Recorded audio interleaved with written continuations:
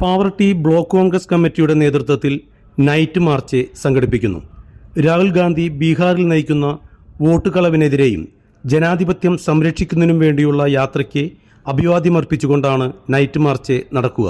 പാവർട്ടിയിൽ നിന്നും വ്യാഴാഴ്ച വൈകിട്ട് 6-ന് ആരംഭിക്കുന്ന നൈറ്റ് മാർച്ച് പൂവത്തൂർ സെൻറ്ററിൽ സമാപിക്കും.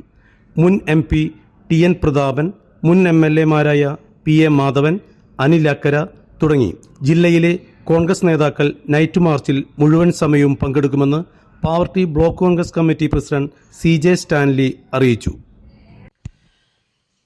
പാവർട്ടി ബ്ലോക്ക് കോൺഗ്രസ് കമ്മിറ്റിയുടെ നേതൃത്വത്തിൽ വ്യാഴാഴ്ച വൈകിട്ട് 6 മണിക്ക് പാവർട്ടി സംസ്കൃത കോളേജിൻ്റെ പരിസരത്തു നിന്നും പൂവത്തൂർ സെൻറ്ററിലേക്ക് ഫ്രീഡം ലൈറ്റ് എന്ന പേരിൽ ഒരു നൈറ്റ് മാർച്ച് സംഘടിപ്പിച്ചിരിക്കുകയാണ്.